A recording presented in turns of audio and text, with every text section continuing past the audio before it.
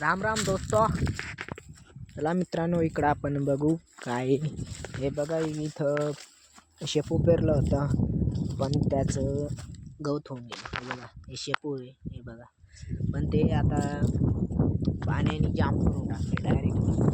मित्रांनो इकडं बघू शकता. आता आपल्याला टोमॅटो बघायला जायचं आहे. तर इकडं आता आपले गवत आहे, इकडे शेपू आहे. चला लवकर जाऊ आणि टमाटे घेऊ. तर मित्रांनो, तुम्ही कसे आहात? मजेत ना? सर्व काही ओके? मित्रांनो, आमच्या इकडे जास्त गवत असते, तुमच्या इकडे काय असतं का माहिती नाही सांगता येत. मित्रांनो, मला सध्या कॉल येतोय पण जाऊ दे, स्किप करून टाकू.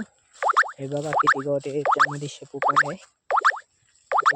टॅमॅटोचं टॅमॅटो लावलेले आहेत. हे बघा कसे आहेत. तुम्ही टॅमॅटो लावले असतील तर कमेंटमध्ये नक्की सांगा. भावानं, हे फुलं म्हणजे शेताच्या बाजूला फुलं का लावतात, फुलांची झाडे का लावतात ते मला कमेंटमध्ये सांगा. हे बघा, असे टॅमॅटोचे झाड आहेत. टॅमॅटो एवढी खास नाही आहे पण तुम्हाला दाखवून देतो.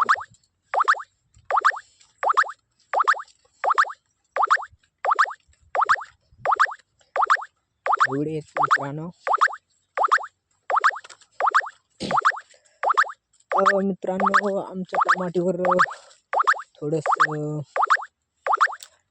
म्हणजे त्याच्यावर थोडंसं रोग आलं आहे. तुम्हाला ना त्या रोगावरचं औषध जर माहीत असेल तर कमेंटमध्ये नक्की सांगा. हा झाड बघा कसा झालेला आहे. याच्या तुम्हाला जर माहीत असेल तर नक्की सांगा. चला मित्रांनो, आजसाठी एवढाच व्हिडिओ. कारण मी पण नवीन आहे आणि तुम्ही पण नवीन आहेत, म्हणून थोडंसंच जास्त व्हिडिओ. कारण अजून सुरुवात आहे म्हणून थोडंसं तुम्हाला सांगतो.